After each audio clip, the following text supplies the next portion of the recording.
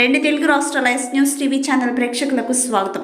గత గులాబీ TRS BRS 10 సంవత్సరాల నరకాసుర రావణాసుర హిట్లర్ జింగ్పింగ్ దండుపాలెం పాలనలో ఖమ్మం 20వ డివిజన్ పరిధిలో ఓ మంత్రి మరియు వారి అనుచరులు, రెవెన్యూ, మహిళా వసూలుదారులు, రక్షణ శాఖ దండి అస్నేహితులు చేసిన దారుణాలు, మాజీ మంత్రి వంటికన్ను రాక్షసుడి ఆదేశాలు అనుసరించి చేసిన ఆకృత్యాలు, దారుణాలు, బీసీ కమిషనర్ తల్లోజు ఆచార్య ఆదేశాలు, హైకోర్టు తాకీదులు సైతం ఖాతరు చేయని ఆనాటి మంత్రులు, ఎమ్మెల్యేలు, ఆనాటి ప్రబుద్ధులు, పితలాటకాలు తెలియని వారు లేరు అనడంలో ఎటువంటి అతిశయోక్తి లేదు అంటూ పాత్రికేయుల సమావేశంలో నిజాలు వెల్లడించిన విద్యుత్ శాఖ అధికారులు చేతివాటంపై, నిర్లక్ష్యంపై మండిపడిన బీసీ సంఘాల నాయకులు, సదరు బాధితులు మరికొన్ని నిజాలు త్వరలో మీ ముందు ఉంచేందుకు మేము సిద్ధం అంటున్నాం. పగిడిపల్లి నాగేశ్వరరావు.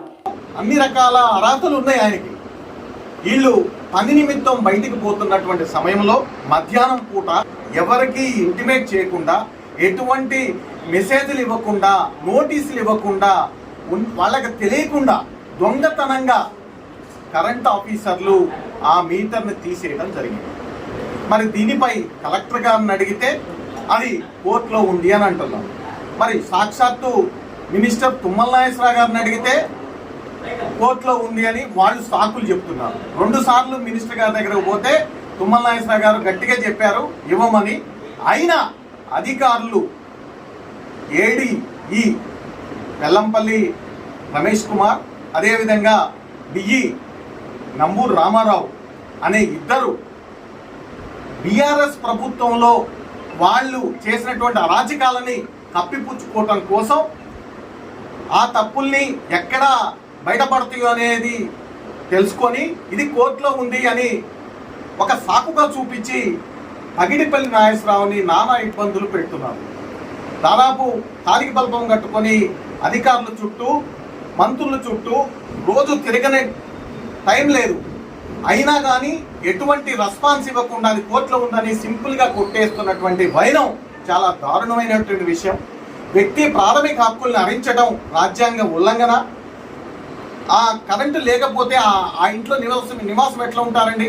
పురుగు గట్ట వచ్చి పాము గరిస్తే చచ్చిపోయే పరిస్థితి, పిల్లలతోని ఆడవాళ్ళతో ఉండటం అనేది అసాధ్యం. ఇటువంటిది కలెక్టర్ గారు జూన్ దాకా ఆగు, జూలై దాకా ఆగు అని చెప్తున్నారు.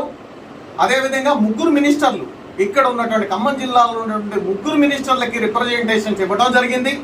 ఎటువంటి యాక్షన్ తీసుకోవడం జరగలేదు. మోరోవర్ ఇక్కడ మనం ఆలోచించాల్సింది ఏంటంటే, కాంగ్రెస్ గవర్నమెంట్ అధికారంలోకి వచ్చిన తర్వాత 6 గ్యారంటీల స్కీమ్ ప్రవేశపెట్టడం జరిగింది. 6 గ్యారంటీల స్కీమ్లో ముఖ్యమైనది కరెంటు. ప్రతి వ్యక్తికి, అంటే వైట్ కార్డు ఉన్నటువంటి ప్రతి కుటుంబానికి 200 యూనిట్ల కరెంటు ఫ్రీ అనేది చెప్పడం జరిగింది. ఆ ప్రకారం ఆయనకి అర్హుడే. అదేవిధంగా కేసీఆర్ గవర్నమెంట్లో కూడా ఇస్త్రీ పెట్టెలకి 200 యూనిట్లు ఫ్రీ అనేది చెప్పడం జరిగింది. అప్పుడు కరెంటుని వాళ్ళకి ఇవ్వడం జరిగింది. సాక్షాత్తు గవర్నమెంటే కరెంట్ ఇచ్చి మళ్ళీ అధికారులు తెలియకుండా కరెంటును కట్ చేయడం విడ్డూరంగా ఉంది. మద్రాసు హైకోర్టులో మొన్న మధ్యనే ములై కుమార్ ఆచార్య ఒక బ్రదర్స్ ఇద్దరు గొడవ పడుతున్నటువంటి సందర్భంలో ఒక బ్రదర్కి ఒక తీర్పు ఇచ్చింది. ఆ తీర్పు ఏంటనంటే, ఎట్టి పరిస్థితుల్లో కూడా ప్రాథమిక సర్వీస్ ప్రొవైడర్స్ని ఆపే హక్కు ఎవరికీ లేదు అని స్పష్టంగా హైకోర్టే, మద్రాస్ హైకోర్టే తీర్పు ఇచ్చింది. అని అంటే ప్రాథమిక హక్కులని, ప్రాథమిక సర్వీసుల్ని ఎవరూ కూడా ఆపే రైట్ లేదు అనేది సుస్పష్టం.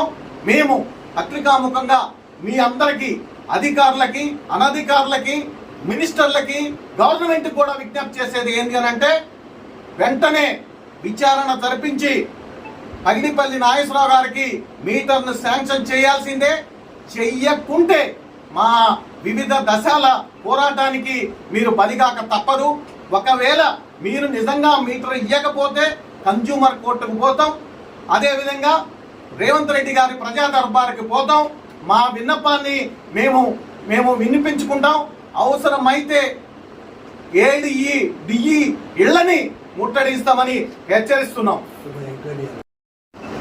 ఏడీఈ నంబూరు రామారావు, డిఈలను విచారణ చేసి వాళ్ళ తప్పు ఉన్నది కాబట్టి వాళ్ళని వెంటనే సస్పెండ్, అవసరమైతే డిస్మిస్ చేయాలని మేము డిమాండ్ చేస్తున్నాం.